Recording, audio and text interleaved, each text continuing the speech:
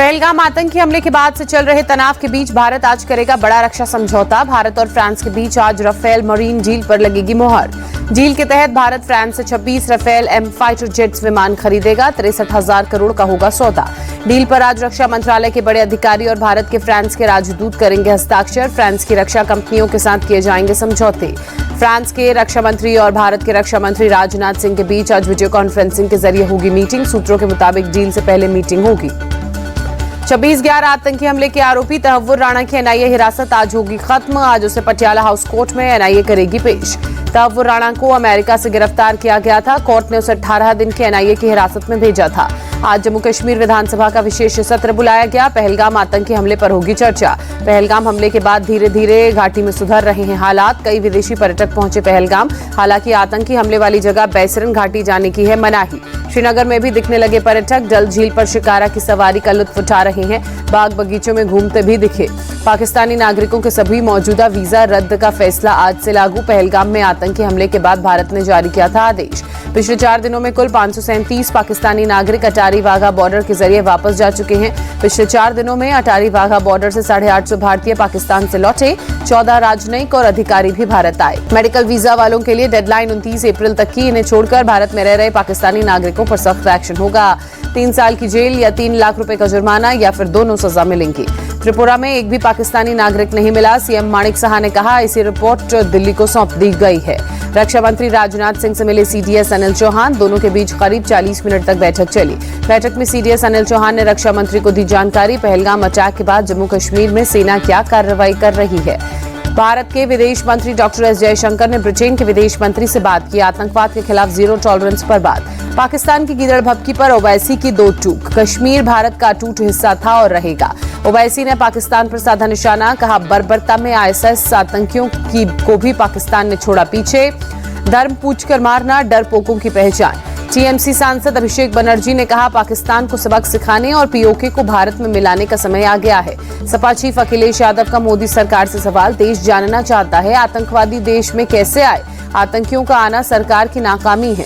अखिलेश यादव की सरकार से मांग। पहलगाम आतंकी हमले में मारे गए लोगों को परिजनों को 10-10 करोड़ रुपए की आर्थिक मदद और सरकारी नौकरी दी जाए।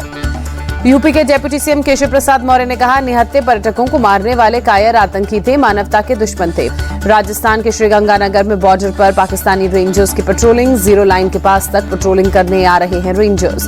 पाकिस्तानी रेंजर्स ने राजस्थान बॉर्डर के पास के गांव खाली करवाए। जेसीबी मशीन लाकर तैयारी कर रहे हैं रेंजर्स। पहलगाम आतंकी हमले के बाद पूरे भारत में हाई अलर्ट। पोरबंदर के तट पर की जा रही है समुद्री गश्त। पुलिस के जवान समुद्र में नावों की कर रहे हैं जांच। रणनीतिक बिंदुओं पर तेज की गई जांच। सीएम सिद्धारमैया के बयान के विरोध में कर्नाटक की सियासत गर्म। आज बेंगलुरु में होगा बड़ा प्रदर्शन। कर्नाटक के सीएम सिद्धारमैया ने कहा था हम युद्ध के पक्ष में नहीं है, सुरक्षा के कड़े उपाय होंगे।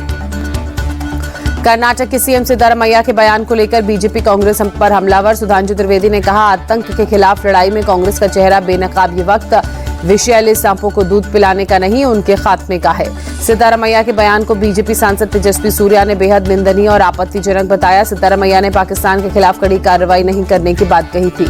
सीएम सिद्धारमैया के बयान को आप नेता प्रियंका कक्कड़ ने शर्मनाक बताया। कहा पता नहीं कांग्रेस के नेता पाकिस्तान के पक्ष में क्यों बोल रहे हैं। चौतरफा आलोचना पर बोले सीएम सिद्धारमैया। उनके कहने का मतलब ये है कि युद्ध को अंतिम विकल्प मानना चाहिए क्योंकि युद्ध से किसी का भला नहीं होता है। कर्नाटक के मंत्री आरबी थिम्मापुर का बयान। कौन होगा जो जाति धर्म पर पूछ कर गोली चलाएगा। हमले के लिए किसी खास धर्म को निशाना बनाना गलत। कांग्रेस नेता मणिशंकर अय्यर के सवाल पर बवाल। बीजेपी ने कहा कांग्रेस अब भी नहीं बदली, उसके नेता आतंकियों का समर्थन करते हैं। एक प्रोग्राम में मणिशंकर अय्यर ने पूछा था सवाल 22 अप्रैल को पहलगाम में जो भयानक त्रासदी हुई थी क्या उसमें देश के विभाजन के अनसुलझे सवाल नहीं दिखते। पहलगाम हमले पर बोले कांग्रेस सांसद शशि थरूर भारत के पास कई विकल्प है, मुझे विश्वास है कुछ तो एक्शन होगा। बिलावल भुट्टो के बयान पर शशि थरूर ने कहा पाकिस्तानियों को समझना चाहिए अगर हमारे यहाँ खून बहेगा तो उससे ज्यादा पाकिस्तान में खून बहेगा। जम्मू कश्मीर के सीएम उमर अब्दुल्ला ने कहा, आतंकी हमले के दोषियों पर सख्त कार्रवाई हो, लेकिन निर्दोष लोगों को परेशान न किया जाए। असम में राजद्रोह के आरोप में 16 लोग अरेस्ट किए गए। पहलगाम आतंकी हमले पर थी विवादित टिप्पणी। देश के अलग अलग हिस्सों में पहलगाम आतंकी हमले के खिलाफ प्रदर्शन जारी। आज भोपाल में होगा बड़ा प्रदर्शन। पहलगाम में गुर्जर और बकरवाल समुदाय के लोग सड़कों पर उतरे, आतंकी हमले का विशेष विरोध किया। जम्मू कश्मीर के RS-पुरा में बीटिंग रिट्रीट का आयोजन। BSF जवानों ने पहलगाम आतंकी हमले में मारे गए लोगों को दी श्रद्धांजलि। आतंकी हमले से नाराज साधु संतों और आम लोगों ने प्रयागराज के दशाश्वमेध घाट पर पाकिस्तान का पिंडदान किया। अवैध घुसपैठियों के खिलाफ लगातार दूसरे दिन वडोदरा पुलिस की कार्रवाई। 200 पुलिस, 100 महिला संदिग्ध बांग्लादेशियों को वेरीफाई किया गया। गुजरात की वलसाड़ पुलिस ने भी पिछले 24 घंटों में 300 से ज्यादा संदिग्धों को पकड़ा। गृह मंत्री हर्ष सांघवी ने दी जानकारी। 11 मई से सीएम नीतीश के गांव कल्याण बिगहा में सिग्नेचर कैंपेन शुरू करेगी जन स्वराज पार्टी। प्रशांत किशोर ने दी जानकारी।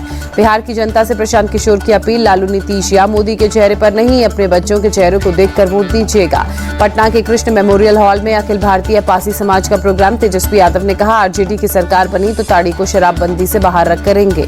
तेजस्वी यादव ने कहा, बिहार में सबसे ज्यादा पासी समाज का उत्पीड़न हुआ। इस समाज के 76% लोग भूमिहीन हैं।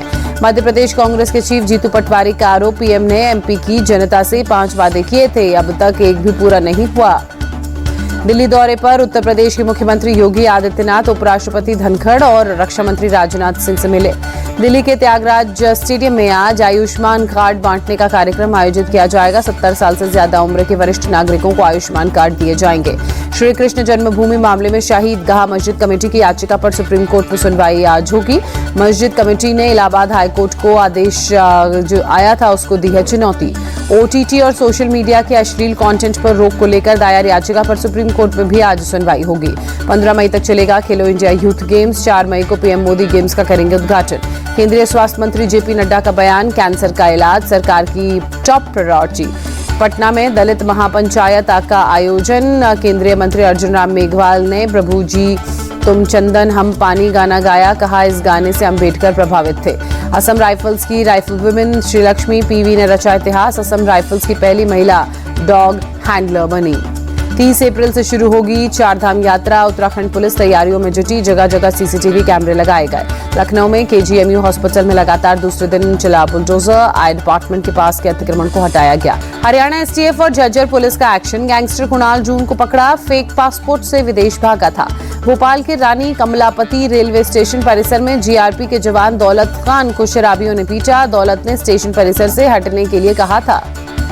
शराबियों ने दौलत खान के मुस्लिम होने पर आपत्तिजनक टिप्पणियां भी की। दौलत के साथियों को शराबियों ने कहा, तुम हिंदू हो, अलग हट जाओ। दौलत खान पर हमले का मुख्य आरोपी जितेंद्र यादव अरेस्ट, 2 फरार की तलाश जारी। मध्य प्रदेश के कड़िया गुलखेड़ी गांव के 44 चोरों ने पुलिस के सामने सरेंडर किया। अपराध छोड़कर मुख्य धारा में लौटने की बात कही। दिल्ली के जवाहरलाल नेहरू विश्वविद्यालय छात्र संघ चुनाव के परिणाम घोषित। आईएसआ के नीतीश कुमार अध्यक्ष चुने गए। DSF की मनीषा उपाध्यक्ष, ABVP के वैभव मीना संयुक्त सचिव चुने गए। चुनाव परिणाम घोषित होते ही कैंपस में जमकर जश्न का माहौल, झूमते गाते नजर आए छात्र। तमिलनाडु के विरुधुनगर में एक पटाखा फैक्ट्री में धमाका, काफी दूर तक धुआं नजर आया। हादसे में किसी तरह की जनहानि की खबर नहीं, बड़े पैमाने पर नुकसान की आशंका। जम्मू कश्मीर के कालाकोट में जंगल में आग लगी, बड़े हिस्से में पेड़ और झाड़ियां जलकर खाक। वन विभाग के साथ आसपास के लोग आग बुझाने में जुटे। घंटों की मशक्कत के बाद पाया जा सका काबू। मंदसौर में कार कुएं में गिरी। दर्दनाक हादसे में कुल 12 लोगों की मौत, 4 लोगों को सुरक्षित निकाला गया। कार ने पहले एक बाइक को मारी थी टक्कर। मौके पर चलाया गया राहत बचाव अभियान। पुलिस मामले की जांच में जुटी। मुख्यमंत्री ने हादसे पर दुख जताया। मृतकों के परिजनों को 2-2 लाख रुपए और गंभीर रूप से घायलों को 1-1 लाख रुपए की आर्थिक मदद के निर्देश। सिक्किम के गैंगटॉक में बीती शाम हुई ताजा बर्फबारी, चारों तरफ दिखी बर्फ की सफेद चादर। बर्फबारी से सैलानियों के चेहरे खिल उठे। सड़कों पर गिरी बर्फ की वजह से गाड़ियों की रफ्तार हालांकि थमी। IPL में आज राजस्थान रॉयल्स की गुजरात टाइटंस से होगी टक्कर। जयपुर में शाम 7:30 बजे होगा मैच। राजस्थान रॉयल्स पर गुजरात टाइटंस का पलड़ा भारी। अब तक हुए 7 मुकाबलों में राजस्थान सिर्फ 1 जीता, गुजरात ने 6 में मारी बाजी। IPL में रॉयल चैलेंजर्स बेंगलुरु की 7वीं जीत। दिल्ली कैपिटल्स को 6 विकेट से हराया। पहले बल्लेबाजी करने उतरी दिल्ली कैपिटल्स ने 162 रन बनाए। बेंगलुरु ने 19वें ओवर में टारगेट हासिल कर मैच जीता। विराट कोहली और कृणाल पांड्या ने चौथे विकेट के लिए 119 रनों की पार्टनरशिप की। कृणाल पांड्या ने 73 और विराट कोहली ने 51 रन बनाए। मुंबई इंडियंस ने IPL में लगातार जीत दर्ज की। लखनऊ सुपर जायंट्स को 54 रनों से हराया। मुंबई इंडियंस ने 216 रनों का लक्ष्य दिया था। रन चेज करने उतरी लखनऊ सुपर जायंट्स की टीम 161 ही बना सकी। सूर्य कुमार यादव ने खेली धमाकेदार पारी। 28 गेंदों में 54 रन बनाए। आईपीएल में अपने 4000 रन पूरे किए।